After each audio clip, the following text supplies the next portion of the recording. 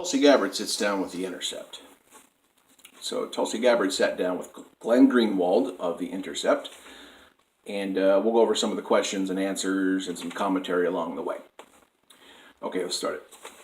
Okay, given that you've supported Bernie back in 2016, why not support him now? Why are you running? So she said something about clearing this with Bernie. Back before Bernie announced he was running for 2020, Tulsi announced way before Bernie. And she went over her plans with Bernie. So she was in the loop with Bernie about running. And so I don't know if she cleared it with him, but she ran it by him way before Bernie ever even announced. So she made sure that that was said. But the main reason why she is running, she states, is because of the urgency about regime change wars and how there needs to be a strong candidate to lead the charge against these regime change wars. And how she talked about how basically nobody is making it a dominant part of their campaign. And she's here to do that for us. And I think she's doing it very well. I think it is her strongest suit.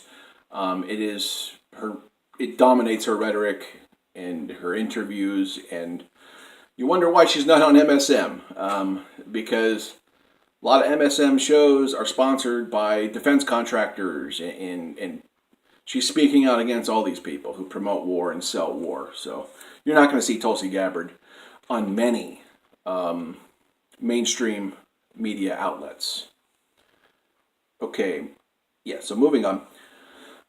What is your view of the Indian government? And this was concerning repression of minorities, religious minorities, including Christians and Muslims. I guess there's a lot of human rights violations going on in India with Modi repressing these religious minorities. And she kind of gave a broad answer and said, quote, "I've called out this religious persecution based on wherever it takes place," end quote. So she kind of broadened that out. And there's a lot of people, I think Glenn was even playing devil's advocate here, kind of calling her out, like, okay, you have some positive reviews and remarks about Modi and his far-right government. Let's clear that up a little. So they opened that up in this interview.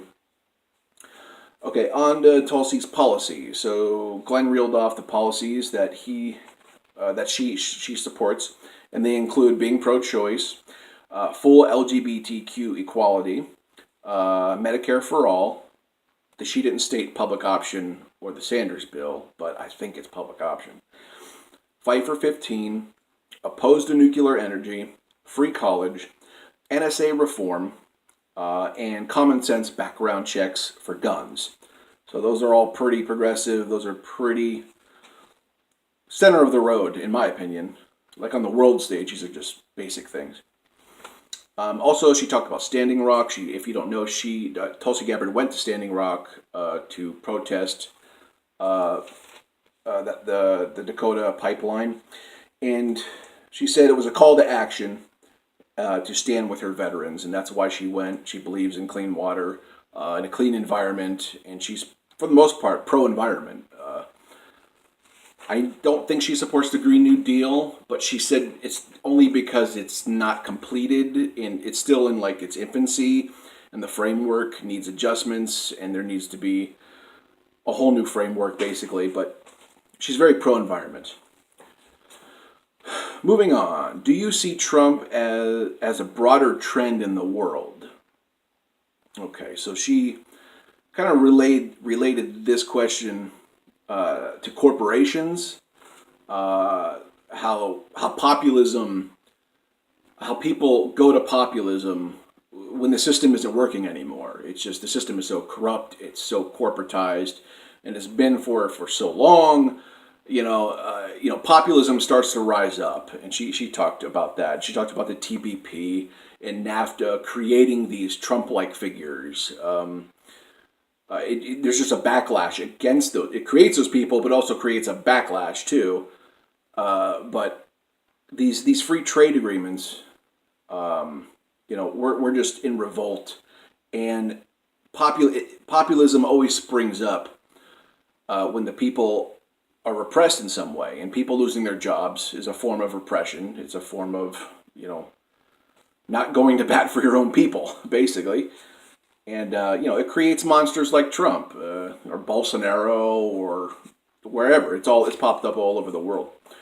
Okay, so they talked about paper ballots as well. She's for paper ballots. She said either switch to paper ballots completely or have a paper ballot backup with voting machines. So I would agree to the backup. I don't know about going exclusively to paper. I would like to see both of them. I'm trying to put myself in the position to go to vote. Would I mind doing a paper ballot and an electronic machine? No. For the sake of the safety and the security of my vote, I will do both. I don't think that's a big deal. Okay, what else? Let's see, one more. The Muller Report. They went over the Muller Report a little bit, and Tulsi agrees with the report and is relieved that there is no collusion. So that's great. And she said something interesting. She said, quote, traveling for the past 5 months, maybe one person brought up the Mueller report, end quote. And that just gave me some insight to the people she represents. They don't care about this stuff as much as they care about real issues. And MSNBC and CNN, they promote this stuff all day long. It's just a machine of it. And we should be concerned to it to a degree. There's no doubt we should. It's our country. It's our government. I get it. But her traveling the country for the past 5 or 6 months, she just said it came up once. And this is with meeting with multiple people every single day. For 5 months, the Mueller report came up once. That just gave me some insight to just more people are concerned with issues, with policies, with substance than they are with the Russiagate crap, with the Muellergate crap. I mean, just let it go. It's done. No collusion. Okay, there's crimes. Okay, there's no collusion. Just shut up. This Maddow crap has to die. So anyway, that's just what I wrote down. There's a bunch more. Like I said, it was a half-hour long interview. I'll post it down below. Like, share, subscribe, click the bell on the side.